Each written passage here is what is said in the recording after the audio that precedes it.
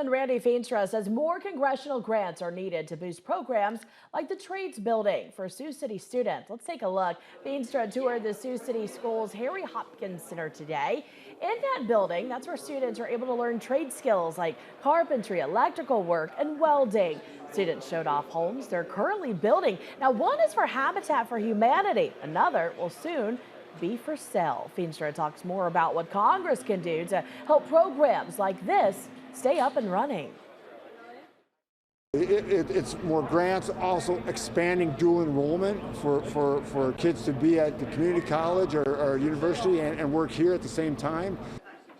Some students we spoke with already want to go into the trades they are currently learning. Others say, you know what, we just wanted to really nail down a skill set. That flexibility, some say, is key and a selling point of the program.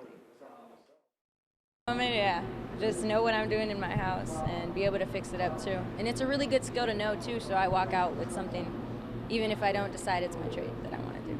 To the school, and I seemed interested. I wanted to learn, hey, eventually in the future, I plan to own a house of my own, and these are great skills to have and know.